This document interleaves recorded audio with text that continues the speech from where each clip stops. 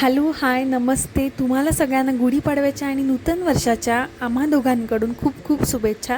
तर आजचा दिवस थोडा धावपळीचाच असणार आहे आणि त्याबरोबर छान स्वयंपाकसुद्धा मी करणार आहे. तो स्वयंपाक सगळं तुमच्यासोबत मी शेअर करणार आहे आणि मी काय काय आज केलं ते सगळं पण मी तुमच्यासोबत शेअर करणार आहे. याच्या आधी मी खूपदा मिनी रील्सच करते किंवा शॉर्ट्स आपण त्याला म्हणतो, पण आज मी खूप दिवसांनंतर व्लॉग करते आहे. बिग व्लॉग जो 4 मिनटाच्या वरती असेल नक्कीच, कारण गुढीपाडवा आहे म्हटल्यावर एवढं सगळं स्वयंपाक, माझं आवरणं किंवा फोटो सेशन हे सगळं या शॉर्ट्समध्ये बसू शकत नाही. त्यामुळे म्हटलं मोठाच व्लॉग एखादा करूया. तर छान मी माझं आवरून घेतलं आहे. सिम्पल अशी सिल्कची ग्रीन कलरची साडी घातली आहे, त्याच्यावर तन्मणी आणि मोत्याच्या दागिने घातलेत आणि डायमंडचं छोटंसं मंगळसूत्र वेअर केलं त्याच्यावर मी.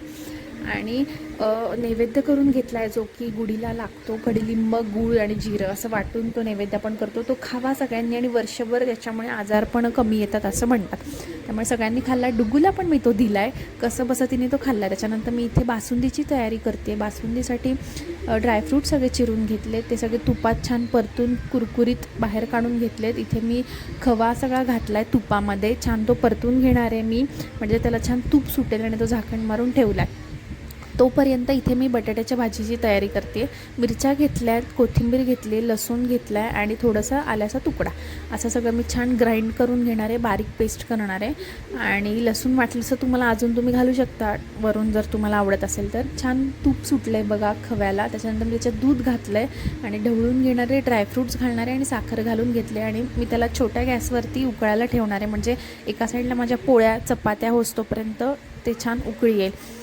चपात्या करायला घेतल्या ना की इकडे तिकडे लक्ष देता येतं, म्हणजे चपात्या करता करता. त्यामुळे मी चपात्या सगळ्यात पहिले उरकून घेते पटकन. तोपर्यंत निरंजन पण आला आहे, भजीची तयारी करतो आहे आणि बटाट्याच्या भाजीची पण तयारी करतो आहे तिकडे एका साईडला.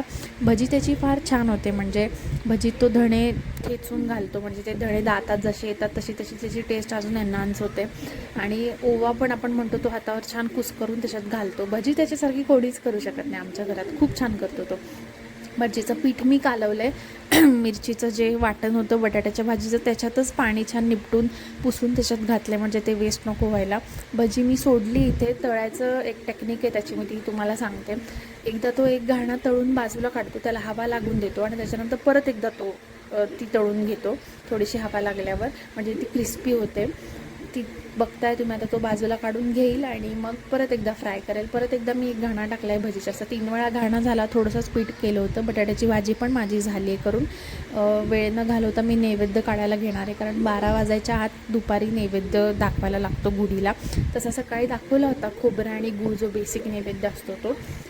बासुंदी मी छान एका वाटीत काढली आहे. फोडणीचं वरण एका वाटीत काढणार आहे मी. जसा मोठा नैवेद्य करते आहे तसा मी एक छोटंसं नैवेद्य पण करणार आहे देवाच्या इथे ताट ठेवायला आणि गुढीच्या इथे, असे 2 नैवेद्य असणार आहे. तर असा सगळा नैवेद्य मी सागर संगीत केला आहे. कुरडई वगैरे तळली आहे. तूप वगैरे घालून नैवेद्य दाखवायला मी चालली आहे आता. त्याच्यानंतर फोटो सेशन पण करणार आहे. आणि असा होता माझा आजचा दिवस. Thank you for watching guys. Bye.